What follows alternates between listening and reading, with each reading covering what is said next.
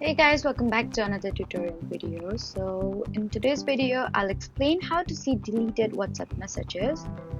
So first, here's something important. If someone deletes a message using WhatsApp's delete for everyone feature, then WhatsApp doesn't give you a normal button that simply restores the deleted message. However, there are a couple things you can check.